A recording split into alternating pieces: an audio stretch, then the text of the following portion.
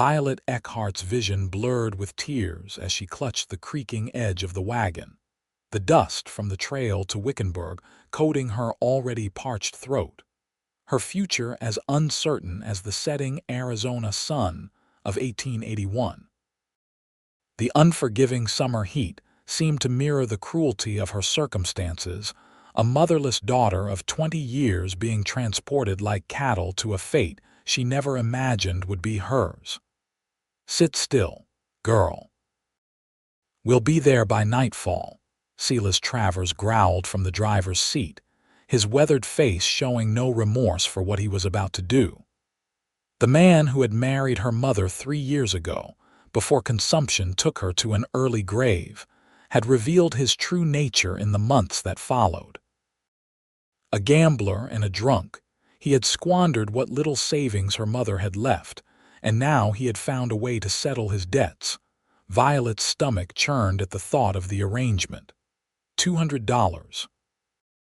That was the price Silas had agreed to with Madame Florence of the Red Rose Saloon in Wickenburg. $200 for Violet to work off his gambling debts with her body. "Please," she whispered, though she had long since given up hope that her pleas would move him. "Mother would never have wanted this." "Your mother ain't here," Silas snapped, flicking the reins against the tired mule's back. "And I got debts that need paying. You should be grateful I found you a roof over your head." Grateful. The word made bile rise in her throat. She had tried to run 3 times since he had announced his plan a week ago. Each attempt had ended with her being dragged back to their small homestead outside of Prescott, each time with harsher consequences. The bruise on her cheek still throbbed from his last lesson in obedience. The wagon jostled over the rutted trail, and Violet clutched her small bundle of possessions tighter. A dress her mother had sewn, a silver hairbrush that had belonged to her grandmother, and a faded daguerreotype of her parents on their wedding day, before her father had been thrown from his horse and died when she was just 12. These meager treasures were all that remained of a life that had once held promise and love. The landscape around them was unforgiving red rocks and scrubby vegetation that seemed to cling to life as desperately as Violet clung to hope.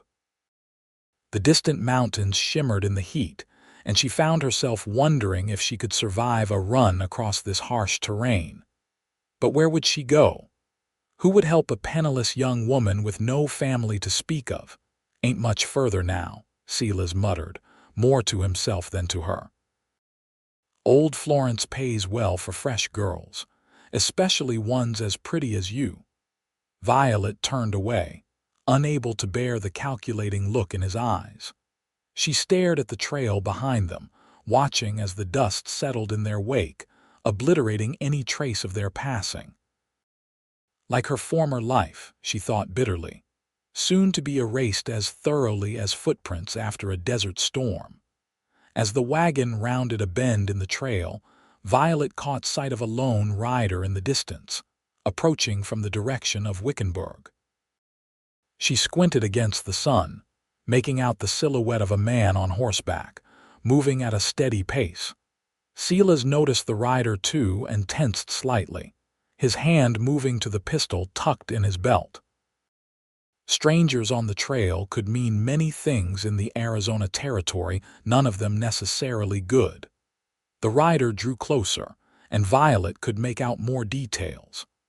A tall man astride a dappled gray horse, his face shadowed by the brim of his hat.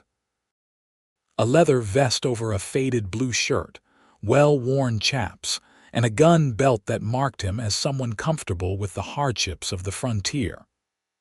"Afternoon," the stranger called as he drew his horse alongside their wagon. His voice was deep and carried a slight drawl that suggested he might have come from Texas originally. "Afternoon," Silas replied warily, keeping one hand near his gun while the other held the reins loosely. The stranger's eyes, blue as the Arizona sky, flickered briefly to Violet before returning to Silas. "Road to Wickenburg clear ahead, far as I know." Silas grunted. "Ain't seen no trouble." The stranger nodded, his gaze once again moving to Violet. She felt a flush rise to her cheeks at the intensity of his stare, but there was something in those eyes that wasn't the usual male appraisal she had grown accustomed to. Something like concern. "You folks headed to town?" he asked casually, though something in his tone suggested the question wasn't as innocent as it appeared. "Got business there," Silas said curtly, clearly unwilling to elaborate. The stranger nodded again, his eyes now taking in the single small bundle that constituted Violet's possessions, the bruise on her face and her red-rimmed eyes. His jaw tightened almost imperceptibly. "Name's Wade Vance," he said, tipping his hat slightly. "I run cattle north of here. Been to Wickenburg plenty of times if you're needing directions to anywhere specific."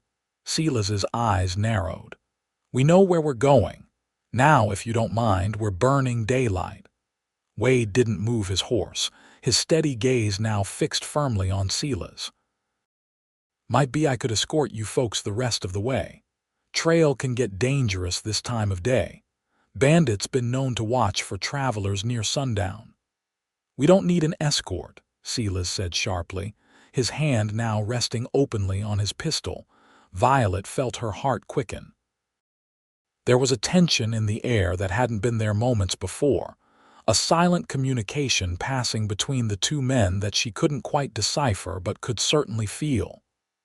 "Maybe the lady has a different opinion," Wade said, his eyes once again finding Violet's. Before she could respond, Silas cut in. "The lady is my stepdaughter and we're fine on our own. Now move aside." Wade didn't budge. "Interesting business you must have in Wickenburg, traveling with just your stepdaughter and that small bundle." Silas's face darkened. "Our business ain't your concern, Cowboy. Now get out of our way before I make you." Wade's expression remained calm, but Violet noticed his right hand had drifted closer to his holster.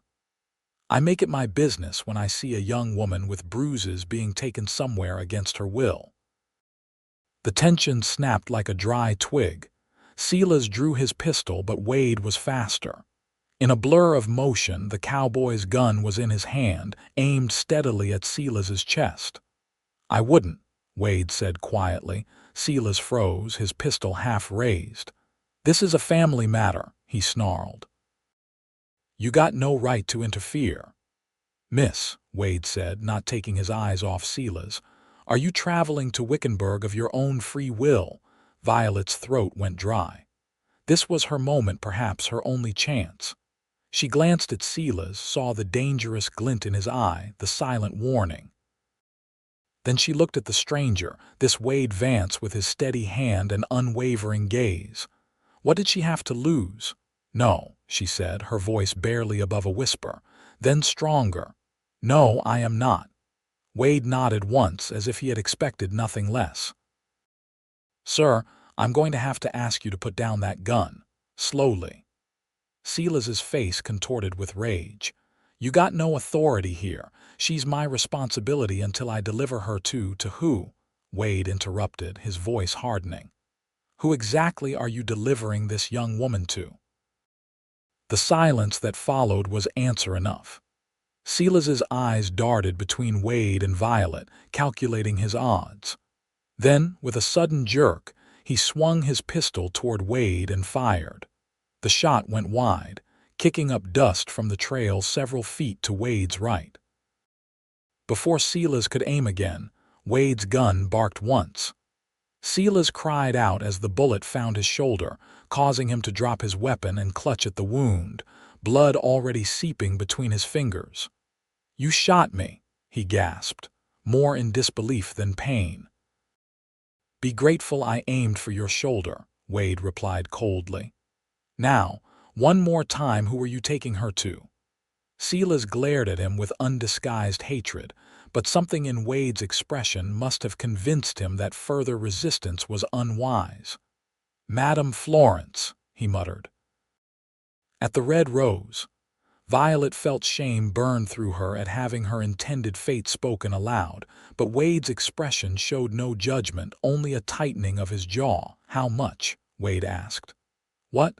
How much was she going to pay you?" Silas hesitated, then said sullenly, $200. Wade holstered his gun and reached into his saddlebag, pulling out a small leather pouch. He tossed it into Silas's lap. "There's 300. Consider it payment for the girl's freedom and compensation for your trouble. Now get out of here and don't come looking for her again." Silas stared at the pouch, then back at Wade, clearly trying to determine if this was some kind of trick. Finally, greed won out over suspicion. He tucked the pouch into his jacket with his good hand. "She ain't worth the trouble anyway," he spat, glaring at Violet. "Always was a burden, just like her mother." Wade's expression darkened at the insult, but he made no move toward Silas. "I suggest you head back to Prescott and get that shoulder looked at. And if I ever hear of you trying to sell another woman, I'll make sure the next bullet finds a more vital spot." Silas paled slightly at the threat, delivered in such a matter-of-fact tone that there could be no doubt of its sincerity. With a final venomous look at Violet, he flicked the reins, turning the wagon around in a wide arc before heading back the way they had come. Violet watched him go, unable to fully process what had just happened. The future she had been dreading had vanished as quickly as the dust on the trail, leaving her stranded in the present with a stranger who had just spent $300 to save her from a fate worse than death. She turned to Wade, finding him watching her with a concerned expression. "Are you all right, miss?" he asked gently. Violet nodded, though in truth she felt anything but all right. Relief, fear, gratitude, and uncertainty warred within her. "Why did you do that?" she asked. Wade dismounted, approaching the side of the trail where she stood. Up close, she could see that he was younger than she had initially thought, perhaps in his late 20s. His face was tanned from the sun and bore the lines of someone who spent most of his life outdoors, but his eyes were kind. "No decent man could ride past what was happening here," he said simply. "I've seen girls delivered to places like the Red Rose before. No one deserves that life if they don't choose it." "But $300, Violet protested. "You don't even know me." A slight smile touched Wade's lips. "Money's just money. A person's freedom is worth a lot more." He glanced in the direction Silas had disappeared. "I'm guessing you don't want to go back the way you came." Violet shuddered at the thought. "No, there's nothing for me there now." "Do you have family elsewhere?" "Someone I could take you to," she shook her head. "No one. My mother was my only family and she's gone." Silas. She couldn't bring herself to call him her stepfather anymore. He was all I had left, for what that was worth. Wade considered this, his brow furrowed in thought. "Well, we can't stay on this trail. It'll be dark soon, and while I doubt he'll come back tonight, I'd rather not take chances." The "we" in his statement caught Violet by surprise. "You don't have to help me anymore," she said, though the thought of being left alone in the wilderness filled her with dread. "You've done more than enough." Wade looked at her directly, his expression serious. "Miss, I'm not in the habit of rescuing young women only to abandon them in the middle of nowhere. If you'll allow it, I'd like to help you find somewhere safe." Violet hesitated. Her experiences with men had taught her to be wary, and yet this stranger had just saved her from a terrible fate without asking for anything in return. What choice did she have? "I don't even know your full name," she said finally. He smiled, a genuine warmth reaching his eyes. "Wade Vance, madam." Rancher, occasional drover, and, it seems, impromptu rescuer of damsels in distress. Despite everything, Violet found herself returning his smile. Violet Eckhart, former damsel in distress, current. "Well, I'm not sure what I am now."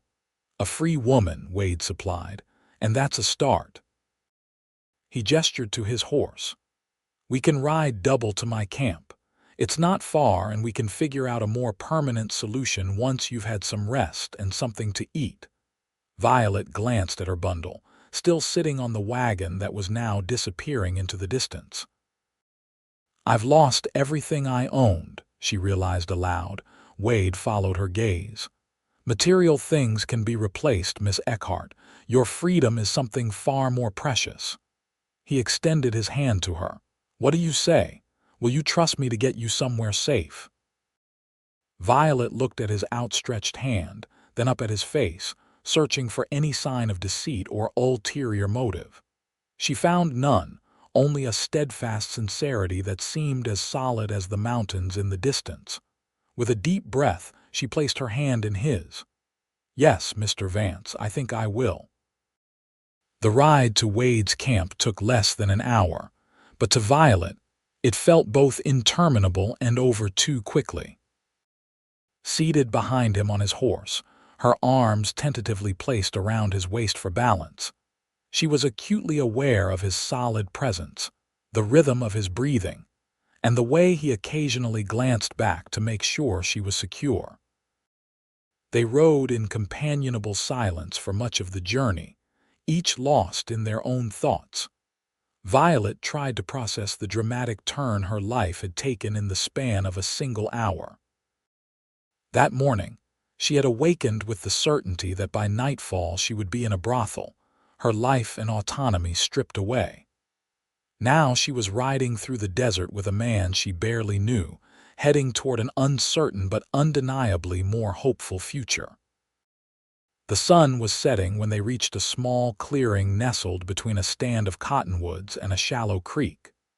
A simple camp had been established, a bedroll, a small fire pit ringed with stones, and supplies neatly arranged beneath a canvas tarp stretched between two trees. Wade dismounted first, then turned to help Violet down. His hands were strong and steady as they circled her waist, lifting her easily to the ground. She felt a flush creep up her neck at the contact, but managed to murmur a quiet thank you as he stepped back. "It's not much," he said, gesturing to the camp, "but it's secure and has water nearby. I've been using it as a base while I scout for new grazing land." Violet took in the simple but orderly arrangement. "It looks perfectly adequate, Mr. Vance." "Wade, please," he said with a small smile. "After what we've been through today, I think we can dispense with formalities." She nodded, returning his smile hesitantly. "Wade, then, and you must call me Violet." He inclined his head in agreement before turning to tend to his horse, removing the saddle and bridle with practiced efficiency. Violet stood awkwardly for a moment, unsure of what to do with herself in this unfamiliar situation. "Would you like to sit?" Wade asked, noticing her discomfort. He gestured to a fallen log that had been positioned near the fire pit. "I'll get a fire going and see about some supper." "You must be hungry." The mention of food made Violet's stomach growl audibly. She hadn't eaten since a meager breakfast at dawn, her appetite suppressed by anxiety throughout the journey. "Yes, thank you," she said, embarrassed by her body's betrayal. She watched as Wade efficiently built a small fire, his movements sure and economical. Once the flames were crackling merrily, he retrieved a small pot and some supplies from his saddlebags. "Hope you don't mind beans and bacon," he said. "It's not fancy, but it's filling." "It sounds wonderful," Violet assured him, realizing she was hungry enough to eat almost anything. As Wade prepared their simple meal, Violet found herself studying him more carefully. In the soft glow of the fire, his features were cast in warm light and shadow. He was handsome in a rugged way, with strong cheekbones and a straight nose. His hair, what she could see of it beneath his hat, was a rich brown that caught golden highlights from the flames. But it was his hands that fascinated her, most large and capable, yet surprisingly gentle in their movements. "How did you know?" she asked suddenly. Wade looked up from stirring the beans. "Know what?" "About Silas. about what he was planning to do with me. You knew before either of us said anything." Wade's expression grew solemn. He set the spoon aside and settled on a rock across from her, the fire between them. "I've been in these parts for a few years now," he said quietly. "Seen a lot of things. When you ride the trails long enough, you start to recognize certain situations." He paused, choosing his words carefully. "A man and a young woman traveling light, her with a bruised face and frightened eyes, him all nervous and defensive. I've seen that before, and I've seen what happens when no one intervenes." Violet looked down at her hands, folded tightly in her lap. "I tried to run," she whispered. 3 times. He caught me each time." "You're brave," Wade said, his voice gentle but firm. "Many would have given up after the first attempt." She glanced up, surprised by the admiration in his tone. "Not brave enough to get away." "You're away now," he pointed out. "And you had the courage to speak the truth when I asked, even knowing how Silas might react. That takes real bravery, Violet." The way he said her name, with a kind of reverent care, made something warm unfurl in her chest. "Thank you," she said softly. "Not just for the compliment, but for everything. I don't know what would have happened if you hadn't come along when you did." Wade's jaw tightened momentarily, and she knew he was thinking exactly what would have happened. "Let's be grateful we don't have to find out," he said finally, returning his attention to their supper. "Now these beans are about done. It's not much of a welcome to freedom meal, but we'll find something better once we reach town." "Town?" Violet asked, accepting the tin plate he handed her. "Where are we going?" "There's a settlement about a day's ride from here, Copper Springs. It's small but decent. Has a general store, a smithy, even a little hotel." He served himself and sat back down. "I know the owner of the hotel, Sarah Miller. She's a good woman, widowed young. She's always looking for help, and I thought maybe you could stay there, at least until you decide what you want to do next." Violet stared at him, the steaming plate forgotten in her hands. "You've thought all this through already?" Wade shrugged, looking almost embarrassed. "It seemed the most practical solution, unless you had somewhere else in mind." "No," she admitted. "I haven't had time to think beyond today." She took a bite of the beans and bacon, surprised by how good such simple fare could taste when one was truly hungry. "Do you really think this Sarah would hire me? I don't have any references, and I've never worked in a hotel before." "Sarah's a fair judge of character," Wade assured her, "and she knows me well enough to trust my word. Besides, you'd be a sight better than her current help, a boy of 16 who's more interested in the smithy's work than making beds." Violet nodded slowly, trying to imagine this new potential future. Working in a hotel, earning an honest wage, being truly independent for the first time in her life. It seemed almost too good to be true after the nightmare of the past week. "What about Silas?" she asked, voicing the fear that had been lingering at the back of her mind. "What if he comes looking for me?" Wade's expression hardened slightly. "I don't think he will. Men like Silas tend to cut their losses. Besides, Copper Springs is in the opposite direction from Prescott, and it's not on any major trail. But if he did—" He let the sentence hang, but his meaning was clear. They ate in silence for a few minutes, the only sounds the crackling of the fire and the distant chorus of night creatures beginning their evening songs. Violet found herself relaxing incrementally, the tension of the day slowly ebbing from her shoulders. "Tell me about yourself," Wade said eventually. "If you don't mind, where are you from originally?" Grateful for the change of subject, Violet set her empty plate aside. "I was born in Missouri. My father was a shopkeeper there, but after he died, my mother decided to move west. She had a brother in Prescott who'd written about the opportunities here. But by the time we arrived, he had moved on to California, and we were stuck with no family and little money." Wade nodded. "That's a familiar story out here."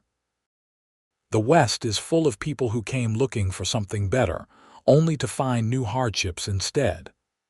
My mother made the best of it, Violet continued. She took in sewing and we managed to rent a small place on the edge of town. Then she met Silas.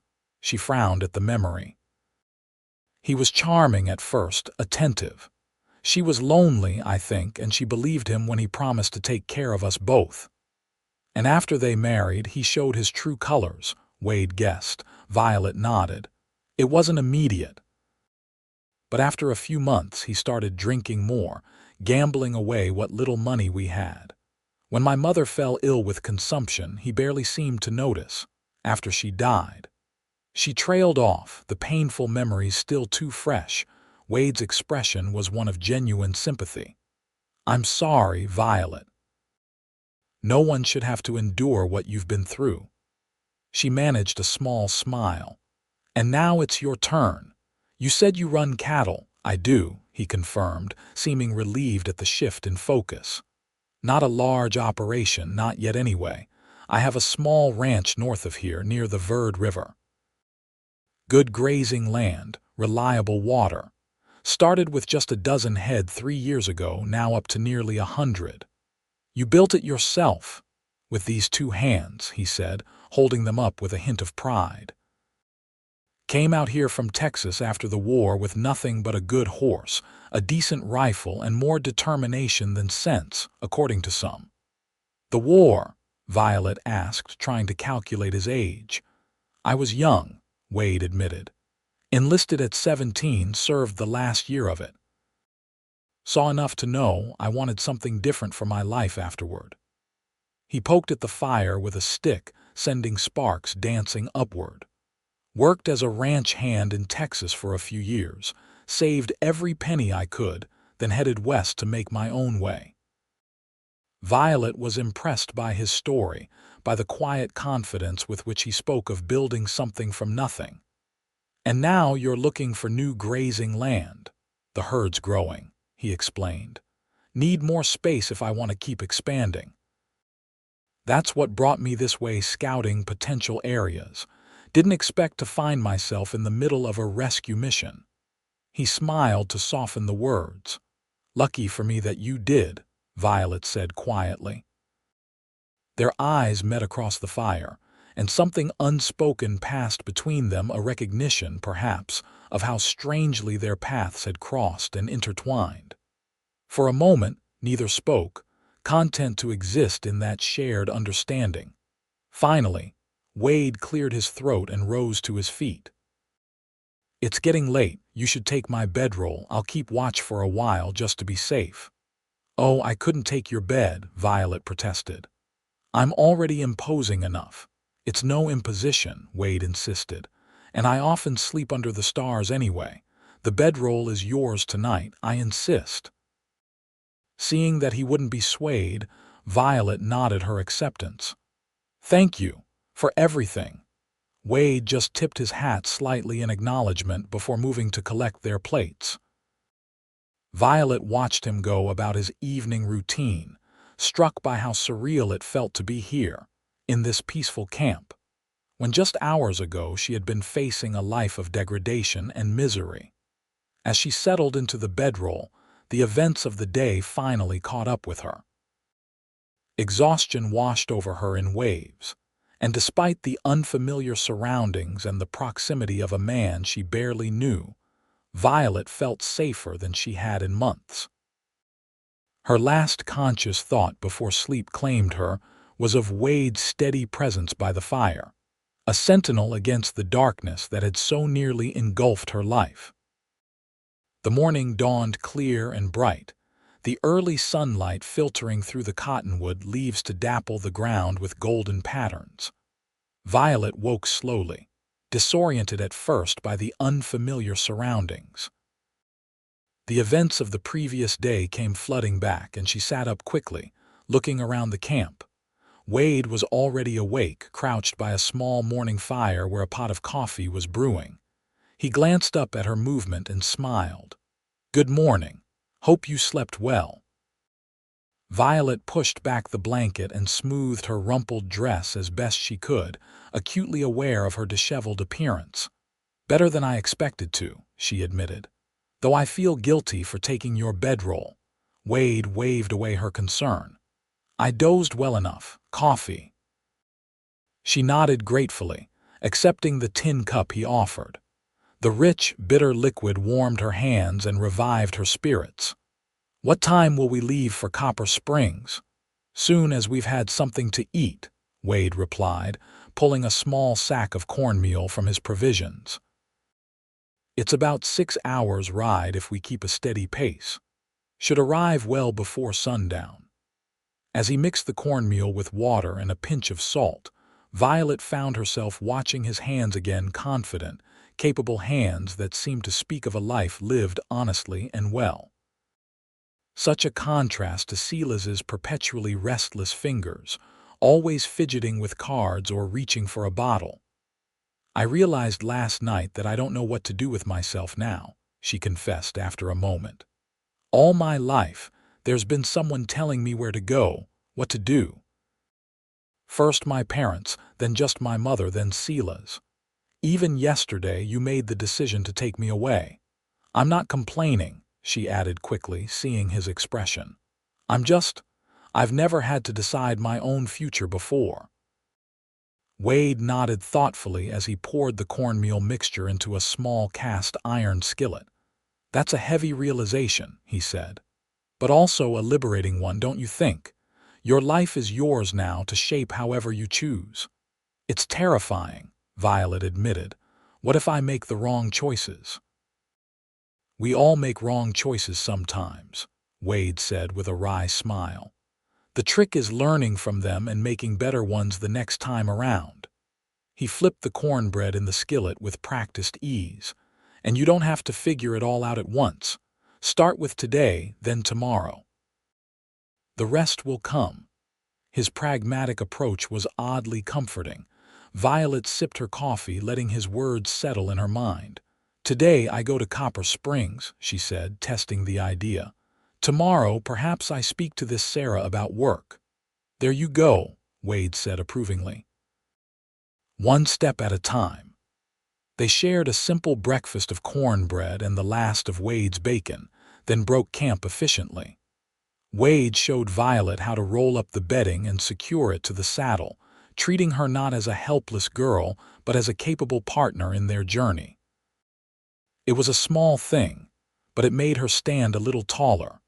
The ride to Copper Springs was longer than the previous evening's journey, but no less transformative for Violet. As they traveled, Wade pointed out landmarks and wildlife, sharing stories of his experiences in the territory. He had a way of making even the harshest landscape seem beautiful, drawing her attention to details she might otherwise have missed, the way certain cacti flowered after rain, how the shadows changed the color of the distant mountains, the tracks of animals visible in the sandy soil.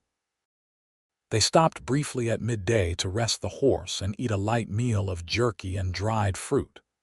Seated in the shade of a solitary mesquite tree, Violet found herself growing more comfortable in Wade's presence.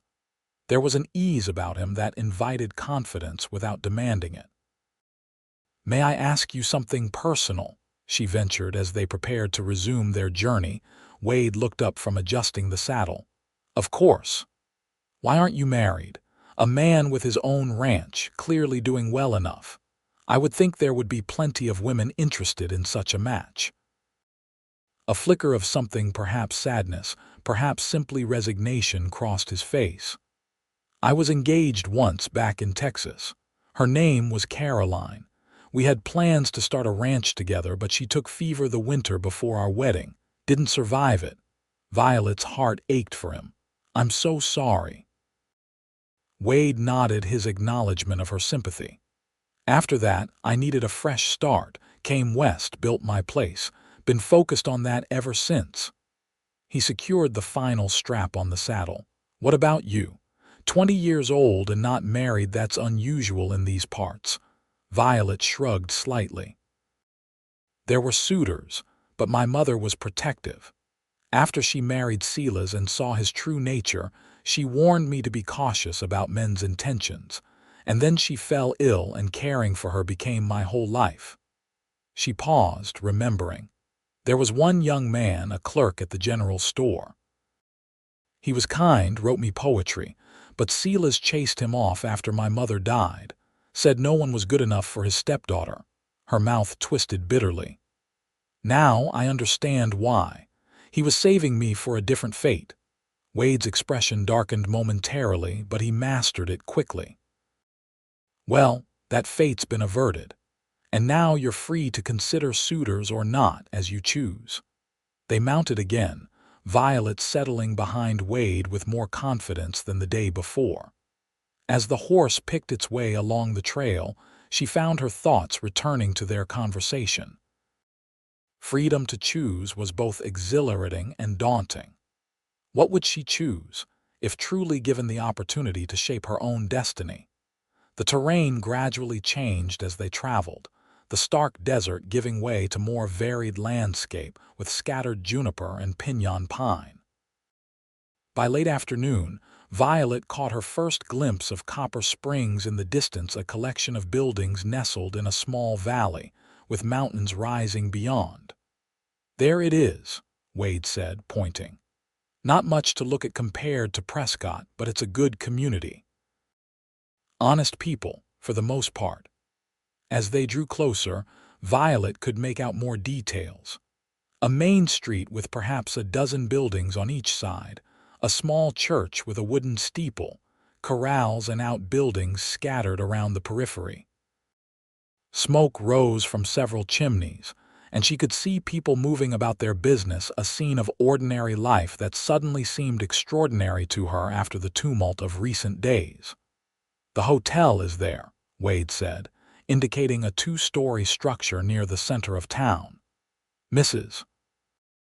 Miller keeps a clean, respectable establishment. You'll be safe there." Violet felt a flutter of nervousness. "Do you know her well?" "Well enough," Wade replied. "I stay there when business brings me to town. She's straightforward but fair. Lost her husband to a mining accident about 5 years back. Runs the place on her own now, with just the help I mentioned." They rode down the main street, drawing curious glances from townsfolk. Violet was acutely aware of her disheveled appearance and what people might assume, seeing her arrive with Wade. Her cheeks burned at the thought. "Don't worry about them," Wade said quietly, as if reading her mind. "Small towns are always curious about newcomers, but they'll mind their own business soon enough." The hotel was a sturdy wooden building with a wide porch and a sign that read simply, "Miller's Hotel and Dining Room." Wade dismounted first, then helped Violet down before tying his horse to the hitching post. "Ready?" he asked, studying her face. Violet took a deep breath and nodded. "As I'll ever be." They climbed the steps to the porch, and Wade held the door for her as they entered. The interior was simple but clean and welcoming, a small lobby with a reception desk, a doorway leading to what appeared to be a dining room, and a staircase ascending to the upper floor. Behind the desk stood a woman of perhaps 45, her dark hair streaked with silver and pulled back in a practical bun. She looked up as they entered, surprise and then recognition crossing her features.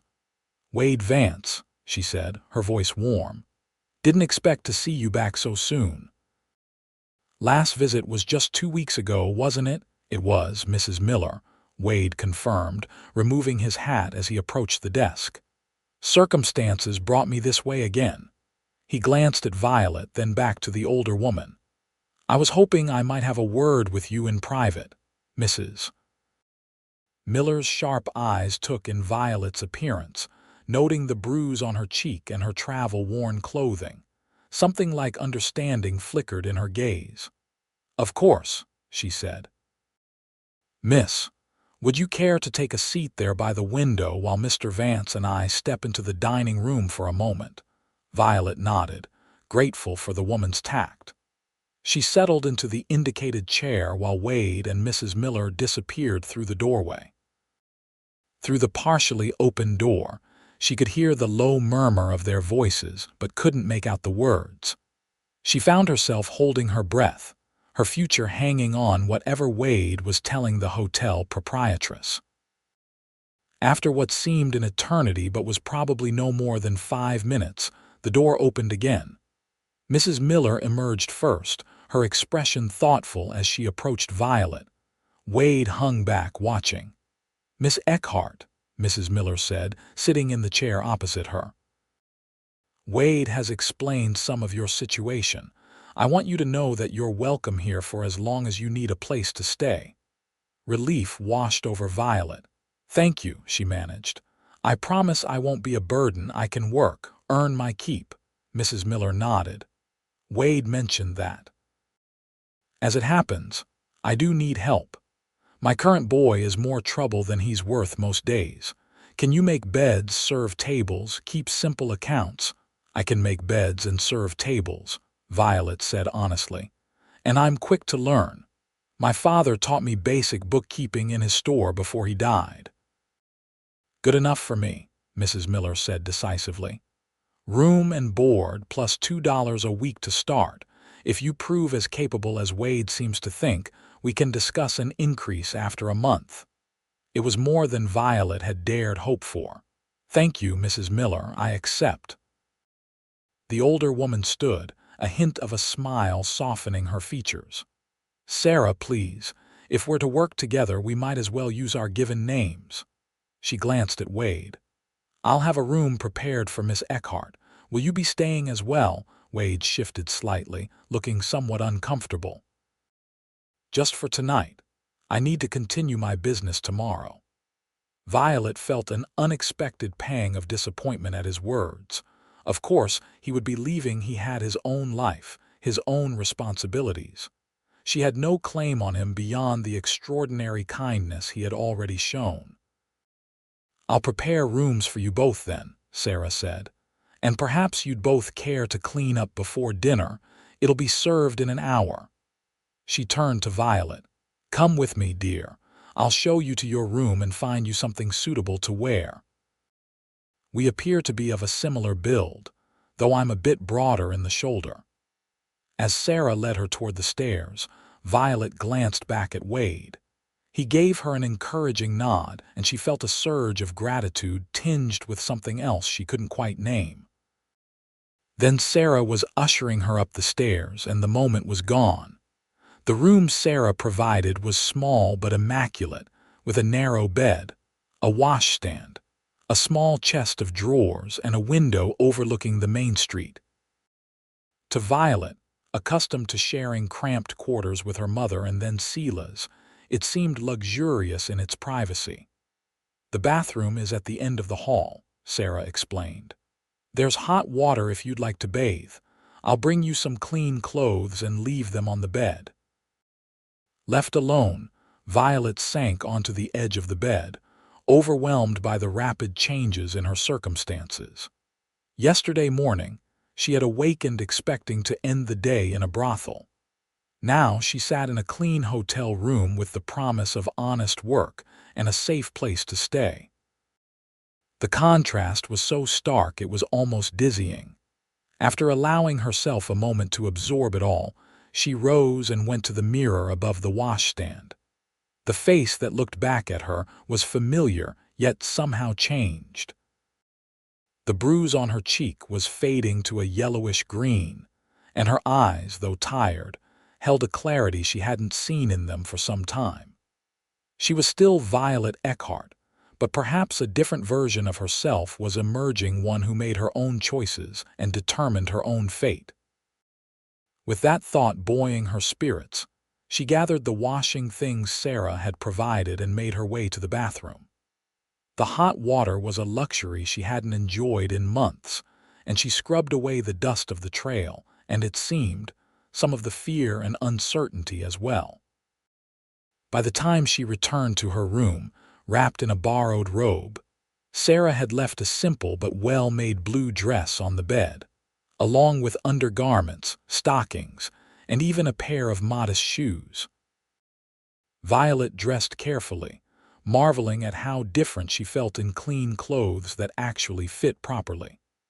Silas had never seen the need to spend money on such frivolities for her after her mother died.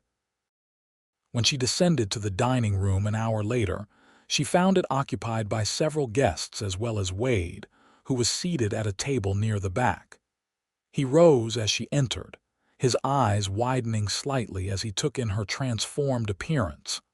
"Violet," he said as she approached his table. "You look—" He seemed to search for the right word. "Restored." She smiled, pleased by his reaction. "I feel restored. It's amazing what hot water and clean clothes can do for one's spirits." They were joined by Sarah, who insisted they both eat heartily. The meal was simple but delicious: roast chicken, potatoes, fresh bread, and apple pie for dessert. As they ate, Sarah explained more about the hotel's routine and Violet's duties, which would begin the following day. "Nothing too strenuous at first," she assured her. "I want that bruise to heal completely before you're dealing with the public regularly. For now, you can help with the rooms and learn the systems." After dinner, Wade excused himself to tend to his horse, and Sarah took Violet on a tour of the hotel, showing her the linen closets, the kitchen, and the various guest rooms. By the time they returned to the lobby, Violet felt more confident about her ability to handle the work. "You'll do fine," Sarah said, patting her arm. "Now get some rest. Tomorrow's soon enough to start earning your keep." As Violet turned toward the stairs, the front door opened and Wade entered. He had clearly taken the opportunity to clean up as well. His hair was damp and he wore a fresh shirt. Their eyes met across the lobby, and something in his expression made her heart beat a little faster. "Miss Eckhart," he said, approaching, "I wonder if you might join me for a brief walk before retiring. The evening's pleasant, and there's something I'd like to discuss with you." Curious, Violet glanced at Sarah, who nodded her approval.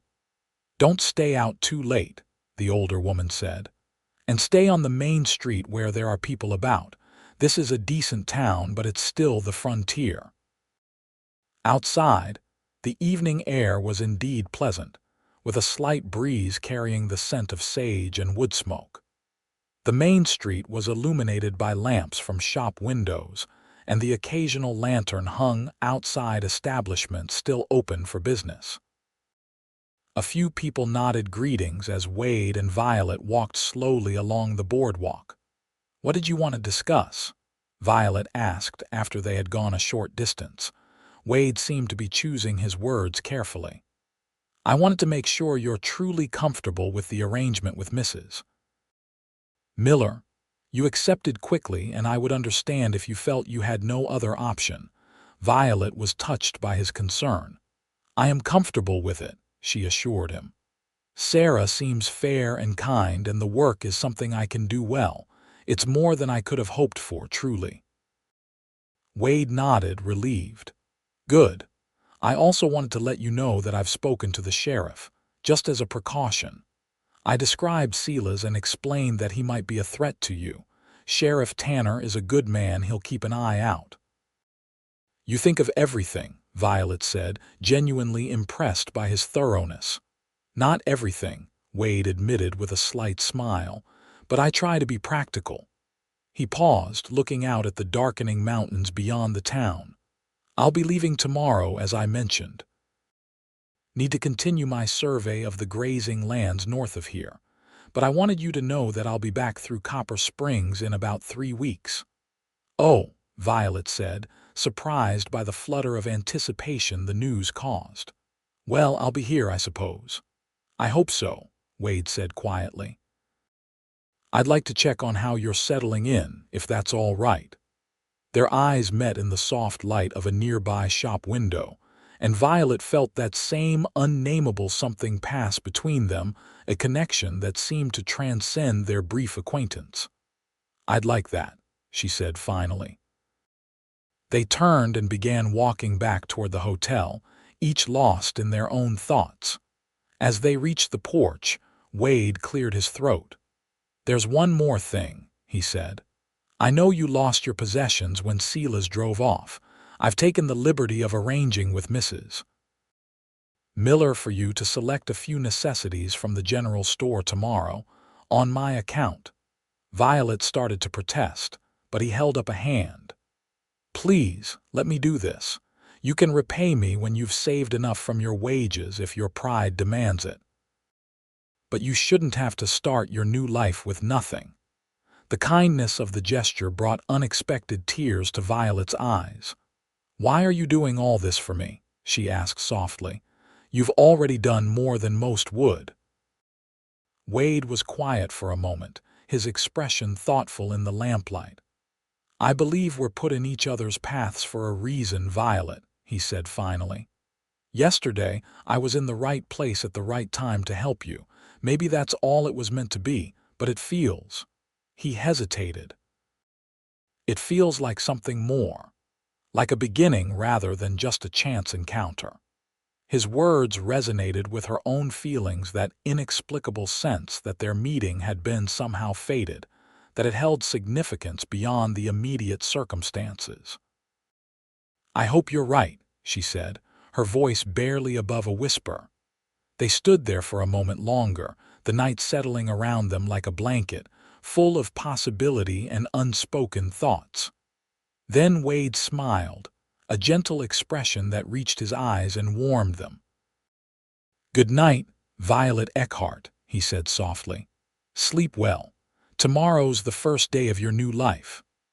With that, he opened the hotel door for her and followed her inside. They parted in the lobby, Wade to his room on the ground floor, Violet to climb the stairs to hers.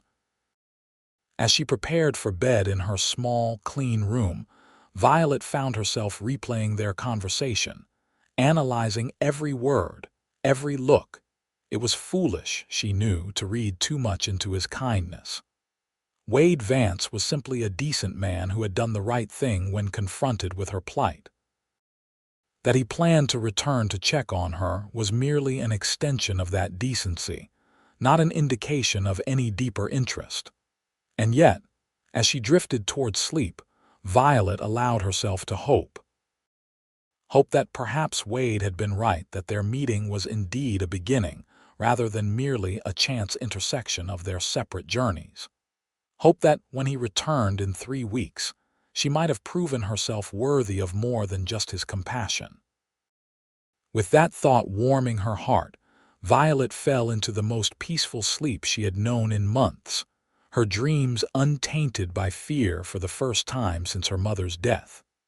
The next morning brought an early start to Violet's new life at Miller's Hotel. Sarah woke her at dawn, and after a quick breakfast in the kitchen, began showing her the daily routine. The work was straightforward enough: changing linens, sweeping, dusting, helping to serve breakfast to the guests. Violet threw herself into it with enthusiasm, grateful for the distraction from thoughts of Wade's imminent departure. He appeared in the dining room as she was clearing the last breakfast dishes, his saddlebags over his shoulder and his hat in his hand. Their eyes met across the room, and Violet felt that now familiar flutter in her chest. "You're off, then?" she asked, trying to keep her voice casual as she approached his table. Wade nodded. "Need to make good time today. I'm meeting a land agent near Flagstaff the day after tomorrow." He hesitated, then added, "But I meant what I said last night. I'll be back through here in about 3 weeks. "I'll be here," Violet said, echoing her words from the night before but investing them with more certainty this time. "Thank you again, Wade, for everything." He stood, settling his hat on his head. "No need for thanks. Just take care of yourself, Violet, and remember what I said: your life is yours now. Shape it as you choose." With that, he tipped his hat to her and Sarah, who had appeared in the doorway, and strode out of the dining room. Violet fought the urge to follow him, to watch him ride away. Instead, she turned back to her work, gathering the remaining dishes with hands that trembled slightly. "He's a good man, that one," Sarah commented as they carried the dishes to the kitchen. "Not like most." Violet nodded, not trusting herself to speak. "Known him 3 years now," Sarah continued as they began washing the dishes together. "Stays here whenever he's in town. Always polite, pays on time, doesn't cause trouble, keeps to himself mostly but kind when spoken to." She glanced at Violet. "Never seen him look at anyone the way he looked at you just now, though." Violet felt her cheeks warm. "We've only just met," she protested weakly. "He was simply being kind to someone in trouble." Sarah made a non-committal noise. "Maybe so, but kindness and interest aren't mutually exclusive." She handed Violet a plate to dry. "Just something to think about while he's away." The next 3 weeks passed in a blur of new routines and gradual adjustments. Violet discovered that she had a natural aptitude for the work at the hotel. She was efficient with the cleaning, personable with the guests, and once Sarah allowed her to help with the accounts, proved to have a good head for numbers. The bruise on her face faded completely, and with it, some of the wariness in her manner. The regular meals and steady work brought color to her cheeks and a healthier fullness to her previously gaunt frame. Sarah, true to her practical nature, noticed and approved. "You're filling out nicely," she remarked one evening as they shared a late supper after the dining room had closed. "Was beginning to think I'd need to take in those dresses I lent you, but looks like they'll fit just fine now." Violet smiled, no longer embarrassed by such frank comments. She had grown comfortable with Sarah's straightforward manner, recognizing it as concern rather than criticism. "It's your cooking," she said. "Too good to resist." Sarah waved away the compliment. "It's having regular meals and not living in fear," she countered. "Does wonders for a body." She studied Violet across the table. "You're doing well here, girl. Better than I expected, truth be told." "Thank you," Violet said, warmed by the praise. "I enjoy the work. It feels good to be useful, to earn my way." "You've more than earned your keep," Sarah assured her. "In fact, I'm raising your wages to $3 a week starting now." "Would have cost me more to replace that useless boy with someone half as competent as you." Violet's eyes widened. "That's very generous, Sarah." "It's fair," the older woman corrected. "I believe in paying the right amount for good work." "Speaking of which, I've been thinking we should expand your duties. The bookkeeping especially, you have a knack for it that I lack. And perhaps you could take over ordering supplies. Save my old knees the walk to the general store every week." They discussed the new responsibilities as they finished their meal, and Violet felt a surge of pride at Sarah's trust in her abilities. It was a novel feeling, being valued for her skills rather than seen as a burden or, worse, a commodity. As the 3rd week of Wade's absence drew to a close, Violet found herself watching the road more often, anticipation building with each passing day. She tried to temper her expectations, he had said, about 3 weeks, after all, which could mean longer. And there was always the possibility that his business might take him elsewhere, that he might not return to Copper Springs at all. But on the afternoon of the 22nd day since his departure, as Violet was arranging fresh flowers in the lobby, the hotel door opened to reveal the familiar tall figure of Wade Vance. He paused in the doorway, his eyes finding hers immediately, and the smile that spread across his face sent a warm current through her entire body. "Miss Eckhart," he said, removing his hat as he approached. "You're looking well." It was an understatement. Violet knew she had transformed in the weeks since he'd last seen her. The regular meals, the peaceful sleep, the satisfaction of honest work all had contributed to a blossoming that was reflected not just in her physical appearance, but in the confidence with which she now carried herself. "Mr. Vance," she replied, unable to suppress her own smile. "Welcome back to Miller's Hotel. Will you be needing a room?" He played along with her formal tone, though his eyes danced with humor. "I will indeed. Your finest accommodation, if available." "I believe we can manage that," Violet said, moving behind the reception desk with a grace that came from 3 weeks of practice. She selected a key from the rack and opened the guest register. "Room 4, as usual, if you'll just sign here." As he leaned forward to sign the book, their hands brushed briefly, and Violet felt that touch like a spark against her skin. She looked up to find Wade watching her, an intensity in his gaze that made her breath catch. "It's good to see you, Violet," he said quietly, dropping the pretense of formality. "I've thought of you often these past weeks." Before she could respond, the dining room door opened and Sarah emerged, her face lighting up at the sight of their visitor. "Wade Vance," she said warmly. "Right on schedule. I was just telling Violet this morning that you'd likely be along today." Wade turned to greet her, and Violet used the moment to compose herself, to calm the rapid beating of her heart. This wouldn't do at all, acting like a lovesick girl just because a handsome man paid her a compliment. She was a woman of 20, independent now, with responsibilities and a position to maintain. "Violet, would you mind taking Mr. Vance's bag up to his room?" Sarah was saying. "I need to discuss something with him about the supplies he ordered last time he was here." Grateful for the task, Violet nodded and reached for Wade's saddlebag. He hesitated, clearly uncomfortable with having her carry his belongings, but a sharp look from Sarah seemed to quell his objection. "Thank you, Miss Eckhart," he said instead, handing over the bag. "I'll be up shortly."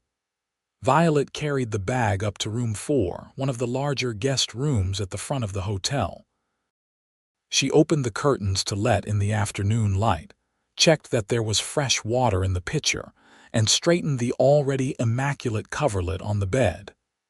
Then, unable to justify lingering any longer, she returned to the lobby. Sarah and Wade were still deep in conversation near the reception desk, their heads bent together, as if discussing something of great importance. They looked up as Violet approached, and something in their expressions, Sarah's satisfied, Wade's almost nervous, made her wonder what exactly they had been discussing. "Everything's in order upstairs," she reported, setting the key on the desk. "Thank you, Violet," Sarah said. "Wade was just telling me about his successful trip. Seems he's found exactly the grazing land he was looking for, just north of here near the headwaters of Copper Creek." "That's wonderful news," Violet said sincerely, pleased for his success. Wade nodded, his eyes never leaving her face. "It means I'll be spending more time in Copper Springs in the coming months. Need to finalize the purchase, make arrangements for moving some of my herd up this way." The news sent a thrill of anticipation through Violet, though she tried not to let it show too plainly on her face. "I'm sure Sarah will be happy to have your regular business," she said. "Indeed I will," Sarah agreed with a knowing smile. "Now, if you'll both excuse me, I need to check on dinner preparations. Wade, you'll join us, of course. Wouldn't miss it," he assured her. As Sarah disappeared into the dining room, a brief silence fell between Violet and Wade. There was so much she wanted to ask him, to tell him about her weeks in Copper Springs, but she was suddenly unsure where to begin. Wade solved the dilemma by gesturing toward the hotel's small parlor off to one side of the lobby. "Would you have time for a short conversation?" he asked. "I'd like to hear how you've been getting on." Violet glanced at the clock on the wall. "I have about half an hour before I need to help with dinner service." They moved to the parlor, a cozy room with several comfortable chairs and a small bookcase. It was empty at this hour, the other hotel guests either still out on business or resting in their rooms before dinner. "You really do look well," Wade said as they sat across from each other. "Better than well, in fact. You're—" He seemed to search for the right word. "Flourishing." Violet felt herself blush at the compliment. "I feel well," she admitted. "Sarah has been very kind and the work suits me. I've even been given more responsibilities recently, the bookkeeping and ordering supplies." "That doesn't surprise me," Wade said. "You struck me as capable from the beginning, just needing the right circumstances to prove it." His faith in her, expressed so matter-of-factly, warmed her even more than his compliments about her appearance. "And you?" she asked. "Your trip was successful," Sarah said. Wade nodded, his expression brightening with enthusiasm. "More than I'd hoped. The land near Copper Creek is perfect good water, excellent grazing, and reasonably priced. I've made an initial agreement with the owner. Just need to arrange for the bank draft and finalize the papers." "That's wonderful," Violet said again. "Will you move your entire operation up here?" "Eventually," he confirmed. "Start with part of the herd, build some basic structures. It'll take time to do it right, but within a year I hope to have the main ranch established here." He leaned forward slightly, his expression earnest. "One reason I wanted to talk to you is that I'll need to spend considerable time in Copper Springs during this process. I'll be staying at the hotel regularly." "I'm sure Sarah will be pleased," Violet repeated, not entirely sure why he was emphasizing this point. A slight smile touched Wade's lips. "I'm not concerned about Sarah's feelings on the matter," he said quietly. "I'm more interested in yours." Violet's breath caught. "Mine?" "Yes," Wade said simply. "I've been thinking a lot these past weeks, Violet, about chance encounters and new beginnings. About how sometimes the most unexpected moments can change the course of a life." She nodded, unable to find words as her heart raced. "I know we barely know each other," Wade continued. "And I understand if you think it's too soon, or if you're focused on establishing your independence. But I'd like to call on you properly if you're willing. When I'm in town, I mean." Violet stared at him, scarcely believing what she was hearing. "Call on me," she repeated. "You mean like a suitor?" Wade's smile widened, a touch of nervousness visible beneath his usual confidence. "Exactly like a suitor. I find myself thinking about you even when I'm miles away." Violet Eckhart. "That's never happened to me before, not since Caroline. I'd like to see if there might be something worth pursuing between us." A dozen thoughts raced through Violet's mind at once. It was too soon. She barely knew him. She was just beginning to find her footing as an independent woman. What would Sarah think? What would the town gossips say about a woman being courted by the very man who had brought her to town under such mysterious circumstances? But beneath all these rational considerations was a simpler truth. She had thought of him every day since he left, had replayed their conversations in her mind, had wondered what it might be like to know him better, to be the focus of those intense blue eyes in a context that had nothing to do with rescue or charity. "I'd like that," she said finally, the words coming out in a rush before her doubts could silence them. "To have you call on me, I mean, when you're in town." The smile that transformed Wade's face then was worth any amount of town gossip or premature commitment. It was a smile of genuine joy, unguarded and heartfelt, and it made him look younger, more carefree than she had ever seen him. "I was hoping you'd say that," he admitted. "I even practiced different ways to ask on the ride here." The thought of this confident, capable man rehearsing what to say to her made Violet laugh softly. "And did you settle on the best approach?" Wade shook his head ruefully. "I had a much more eloquent speech planned, something about destiny and second chances. But when I saw you standing there with those flowers, looking so at home and content, all my carefully prepared words deserted me." "I'm glad," Violet said honestly. "I prefer straightforward to eloquent anyway." They shared a smile, and in that moment, Violet felt a shift between them, the beginning of something new, something with potential that went beyond the circumstances of their first meeting. They were no longer rescuer and rescued, but simply a man and a woman discovering a mutual interest, embarking on the early stages of what might become courtship. The clock in the lobby chimed the half-hour, breaking the spell. Violet reluctantly stood. "I need to help with dinner," she said. "But perhaps after, if you're not too tired from your journey, we could continue our conversation." Wade rose as well, the warmth in his eyes promising more conversations to come, not just tonight but in the days and weeks ahead. "I'd like that very much," he said. "And Violet, thank you." "For what?" she asked, puzzled. "For giving me a reason to look forward to coming to town," he said simply. "It's been a long time since I've had that." As Violet hurried to help with dinner preparations, her heart felt lighter than it had in years. The future that had seemed so bleak just 3 weeks ago now stretched before her, full of possibility and hope. Whatever came next, whether her connection with Wade blossomed into something deeper or simply remained a pleasant friendship, she faced it not as a victim of circumstance, but as a woman making her own choices, shaping her own destiny. And that, she realized, was perhaps the greatest gift Wade Vance had given her, not just rescue from a terrible fate, but the chance to discover who she truly was and what she truly wanted from life. For the first time since her mother's death, Violet Eckhart looked toward tomorrow with genuine anticipation instead of dread. The next few months transformed Copper Springs for Violet, from a place of refuge to a true home.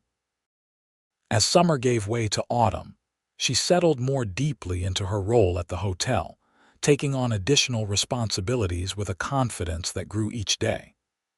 Sarah, recognizing her value, continued to increase both her duties and her wages, treating her more as a partner than an employee. Wade's presence became a regular feature in her life, his visits to town growing more frequent as he established his new ranch property.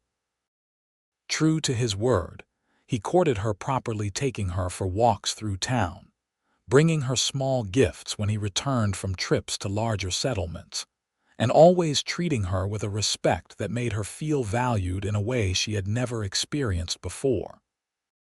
Their courtship progressed with a careful deliberation that suited them both. Violet, still discovering her independence, appreciated that Wade never rushed her or made assumptions about their future. He seemed content to let their connection develop naturally, each visit building upon the foundation established during the previous one. By early October, when the cottonwoods along Copper Creek turned golden in the crisp autumn air, Violet had come to anticipate Wade's arrivals with a joy that went beyond simple affection. Their conversations had deepened, covering everything from childhood memories to hopes for the future. She had shared more about her mother's illness and the difficult months with Silas. Wade, in turn, had opened up about his time in the war, his grief over Caroline, and his dreams for his expanding ranch. On a particularly fine October afternoon, with the sky a perfect Arizona blue and the air carrying the first hints of winter's approach, Wade invited Violet to ride out with him to see the progress on his new property. Sarah, who had become something of a surrogate mother to Violet, gave her blessing with minimal teasing and a packed lunch for them to share. The ride north took just over an hour, Wade's dappled gray carrying them both at an easy pace. Violet, seated before him on the saddle, was acutely aware of his arms around her as he held the reins, the solid warmth of his chest against her back. They had never been quite this close physically before, their courtship having been conducted with proper decorum under Sarah's watchful eye. The intimacy of the shared ride sent a pleasant shiver through Violet that had nothing to do with the autumn breeze. As they crested a small rise, Wade drew the horse to a halt. "There it is," he said, his voice carrying a note of pride. "Vance Ranch, or the beginnings of it at least." Violet took in the scene below them. A sturdy cabin stood near a copse of trees, smoke rising from its chimney. Nearby, a corral held several horses, and the framework of what would become a barn was taking shape. Beyond these structures stretched acres of grassland, dotted with scattered juniper and bounded by the silver ribbon of Copper Creek. "It's beautiful," Violet said honestly. "You've accomplished so much in such a short time." "Had good help," Wade said. "Hired some local men who needed the work. And I've been putting in long days when I'm not in town." They rode down to the cabin, where Wade helped Violet dismount before tending to his horse. As he unsaddled the animal and turned it into the corral, Violet took the opportunity to look more closely at her surroundings. The cabin, though simple, had been built with care. Its windows were larger than typical for such structures, allowing ample light inside. A small porch faced east, perfectly positioned to catch the morning sun. Even the woodpile was neatly stacked, covered with a tarp to keep it dry. "Would you like to see inside?" Wade asked, returning to her side. "It's not much yet, but it's coming along." Violet nodded, suddenly shy. There was something significant about being invited into Wade's home, even this provisional one. It spoke of a level of trust, of inclusion in his life beyond their carefully structured courtship in town.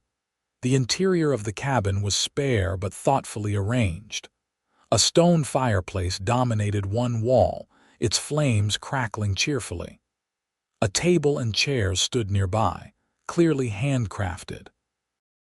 A narrow bed occupied one corner, its blankets military neat. A shelf held a few books, a coffee pot sat on a small stove, and a rifle rested on pegs above the door. "Like I said, not much," Wade commented, watching her reaction.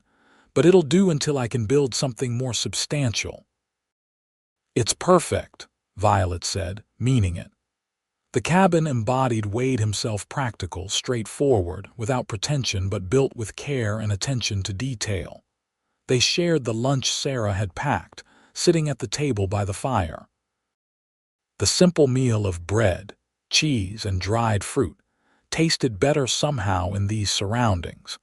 With the sound of the wind in the trees outside and the occasional distant lowing of cattle, where Wade's first small herd had been established on the new grazing land.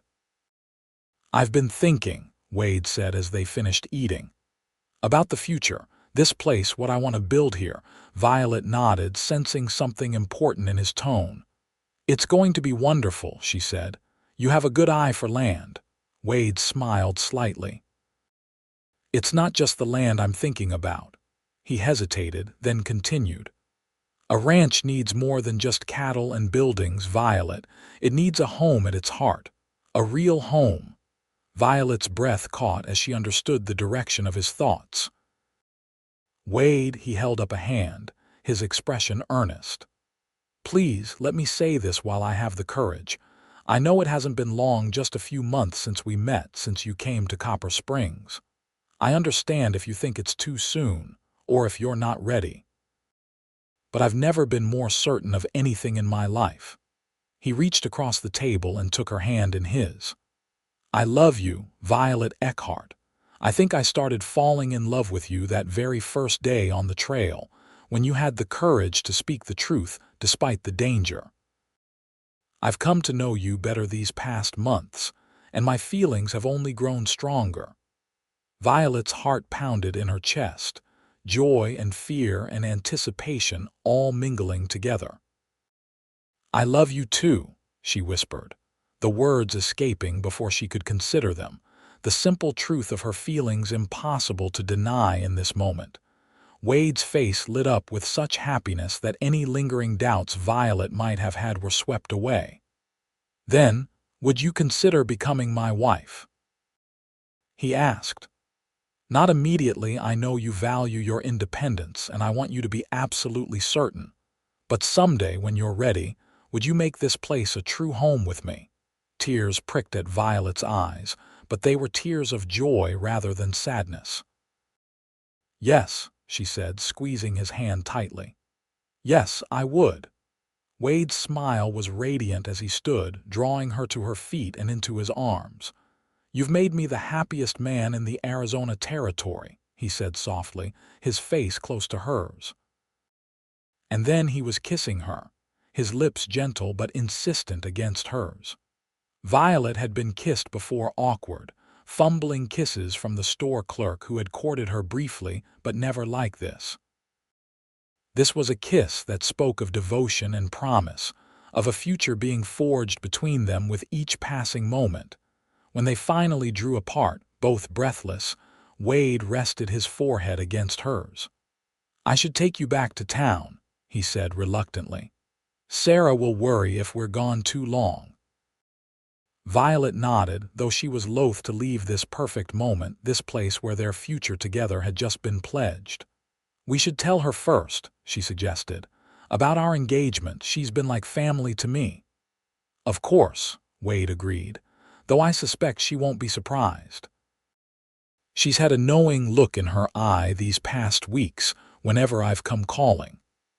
They rode back to Copper Springs with lighter hearts, the landscape around them seeming somehow more vibrant, more alive now that their future within it had been decided. The town, too, looked different to Violet as they approached no longer just a place of refuge but the community where she would build her married life. Sarah was indeed unsurprised by their news, greeting their announcement with a satisfied nod and a warm embrace for them both. Took you long enough, she teased Wade. Been watching you moon over her since September. The engagement was to be a relatively short one, they decided together. The wedding would take place in the spring, when Wade's ranch would be more established and the worst of winter's unpredictability would have passed. Until then, Violet would continue working at the hotel, saving her wages and learning all she could from Sarah about running a household. Word of their engagement spread quickly through the small community of Copper Springs. The reactions were largely positive. Wade was well respected for his honesty and work ethic, and Violet had earned her own place in the town through her quiet competence and friendly manner at the hotel. If there were whispers about the circumstances of her arrival or the speed of their courtship, they remained just that, whispers that faded as the genuine nature of the couple's affection became apparent to all who saw them together. As winter settled over the Arizona highlands, bringing shorter days and occasional dustings of snow to Copper Springs, Violet found herself busier than ever. Between her duties at the hotel, preparations for the wedding, and the creation of items for her future home with Wade, her days were full from dawn to dusk. But they were happy days, filled with purpose and anticipation. Wade continued his work on the ranch, riding into town every weekend to spend time with Violet. On clear Sundays, they would attend the small church together, then walk through town or sit in the hotel parlor, making plans for their shared future. Sometimes they rode out to the ranch, Violet offering suggestions for the cabin's interior, or discussing where a proper house might eventually be built. Their growing closeness was both emotional and physical, their embraces becoming more passionate as their wedding day approached. But both respected the boundaries of propriety, wanting to begin their marriage with the blessing of the community that had embraced them both. Only once did a shadow from the past threaten their happiness. In late January, a traveler passing through mentioned having encountered a man matching Silas's description in a mining camp near Prescott, boasting drunkenly about a stepdaughter he had gotten rid of for a tidy sum. The news sent a chill through Violet, reminding her how precarious her position had once been. Wade's reaction was immediate and protective.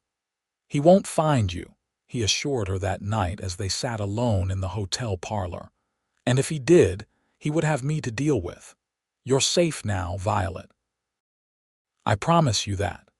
She believed him, drawing strength from his steady presence and unwavering commitment. Silas belonged to a past that grew more distant with each passing day. Her future with Wade bright with promise and built on mutual respect and love was what mattered now. Spring arrived early that year, the desert around Copper Springs erupting with wildflowers by mid-March. The date for the wedding was set for the first Saturday in April, a time when the weather would likely be favorable, but before the busier season at the hotel would make Sarah's absence difficult. The week before the wedding brought a flurry of activity. The small church was decorated with early blooms and greenery. Sarah and several other women from town prepared food for the celebration that would follow the ceremony. Wade made final improvements to the cabin, which would be their home until a larger house could be built. Violet, meanwhile, put the finishing touches on her wedding dress, a simple but elegant creation of pale blue silk that Sarah had helped her order from a dressmaker in Flagstaff. It was the most expensive garment she had ever owned, a symbol of her transition from penniless refugee to respected bride-to-be. The evening before the wedding, as Violet was checking the final arrangements in the hotel dining room, which would host the reception, Sarah approached her with a small wooden box. "I have something for you," the older woman said, her usually practical expression softened with emotion. A wedding gift of sorts, though not a traditional one. Curious, Violet opened the box to find a folded document inside. As she read it, her eyes widened in surprise. "Sarah, this says that you own 20% of Miller's Hotel," Sarah finished for her. "Yes, it does. Drawn up proper and legal by Judge Thompson last week." "But why?" Violet asked, stunned by the unexpected gift. Sarah smiled, a rare softness in her weathered features. "Because you've earned it, girl. This place runs twice as well with you here, and we both know it. And because—" She hesitated, uncharacteristically emotional. "Because if things had been different, if my Eliza had lived, she'd be about your age now. I like to think she would have been something like you, smart, determined, kind." Violet was deeply touched by the comparison to Sarah's daughter, who had died in the same fever that took her husband. It was the closest the older woman had ever come to acknowledging the maternal role she had played in Violet's life these past months. "I don't know what to say," Violet admitted, tears threatening. "This is too generous." "It's practical," Sarah corrected, though her own eyes were suspiciously bright. "You'll still work here when you can spare the time from your duties as a rancher's wife. And this ensures you'll always have something that's yours alone, no matter what happens. Every woman should have that." Impulsively, Violet embraced the older woman, feeling Sarah's initial stiffness give way to a warm return of the hug. "Thank you," she whispered, "for everything." That night, her last as an unmarried woman, Violet lay awake in her small room at the hotel, reflecting on the extraordinary journey that had brought her to this moment. Less than a year ago, she had been trapped in a nightmare, her future sold away by a man who should have protected her. Now she stood on the threshold of a new life with a man who cherished her, in a community where she had earned respect through her own merits. The contrast was so stark it seemed almost unreal, like something from a dime novel rather than her own lived experience. And yet it was real every moment of it, from the terrifying ride in Silas's wagon to the peaceful evenings planning her future with Wade. When dawn broke on her wedding day, Violet rose with a sense of rightness, of stepping willingly into a future she had chosen rather than one forced upon her. Sarah helped her dress and arranged her hair, weaving spring blossoms through the dark locks. "You look beautiful," the older woman said as Violet stood before the small mirror in her room, the blue silk of her dress catching the morning light. "Wade Vance is a fortunate man." "I'm the fortunate one," Violet replied, thinking of how different this day might have been if Wade hadn't appeared on that dusty trail last summer. The ceremony itself was simple but deeply meaningful. The small church was filled with townsfolk who had come to witness the union of the quiet, competent hotel manager and the hard-working rancher. Pastor Wilson spoke eloquently about new beginnings and the building of a shared life. And when Wade, handsome in a new black suit, took Violet's hands in his and promised to love and cherish her all the days of his life, there wasn't a dry eye in the congregation. The celebration afterward was joyful and prolonged, with music and dancing lasting well into the evening.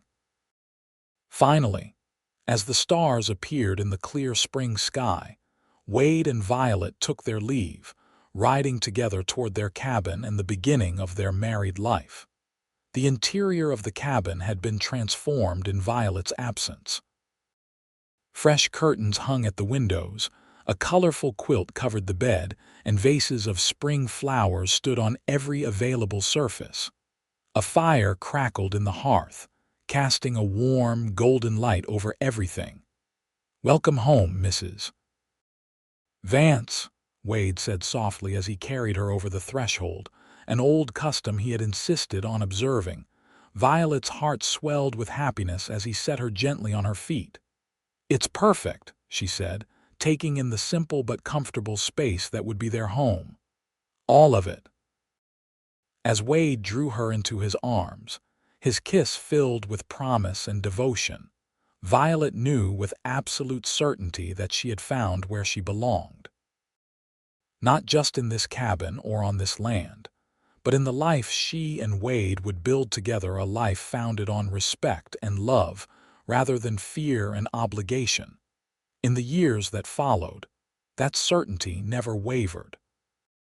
The Vance Ranch prospered and grew, eventually becoming one of the most successful operations in the territory. The small cabin was replaced by a proper house, large enough for the family they created together, 2 sons, and a daughter who grew up knowing only the security of parents who adored each other and them. Violet continued her involvement with the hotel, overseeing the accounts and helping Sarah whenever needed. When the older woman finally retired some 15 years later, Violet and Wade purchased her remaining interest, adding hotel proprietors to their list of accomplishments. Silas Travers never reappeared in Violet's life. They heard rumors occasionally that he had died in a bar fight, that he had moved to California, that he had been arrested for various schemes, but nothing certain. In time, he faded from Violet's thoughts, becoming nothing more than a distant, unpleasant memory that had no power to harm her anymore. On warm summer evenings, Wade and Violet often sat together on the porch of their home, watching the sunset paint the Arizona sky in hues of gold and crimson. Sometimes they would reminisce about that fateful day on the trail to Wickenburg, marveling at the chain of circumstances that had brought them together. "You believe in destiny?" Violet asked on one such evening, their fingers intertwined as they sat side by side. "That some things are meant to be, no matter how unlikely they seem." Wade considered the question thoughtfully, his face lined now with the years of sun and weather, but still handsome, still dear to her heart. "I believe in being ready for the moments that matter," he said finally. "Like being on that trail at exactly the right time to meet a woman who would change my life forever." Violet smiled, leaning her head against his shoulder. "I'm glad you were ready," she said softly. "And I'm grateful every day that you were brave enough to intervene when most would have ridden past." "Best decision I ever made," Wade replied, pressing a kiss to her hair. "Every single day with you has been proof of that." As twilight deepened around them and the first stars appeared in the darkening sky, Violet Eckhart Vance felt the familiar sense of wonder at how completely her life had transformed from that desperate day so many years ago. From a future that had seemed hopeless to one filled with love, purpose, and belonging all because one good man had refused to look away from suffering, had offered help without expectation of reward, and had recognized in a frightened young woman the strength and character that would make her the perfect partner for the journey ahead. It was a journey that had not always been easy, but had never once made her regret her choice.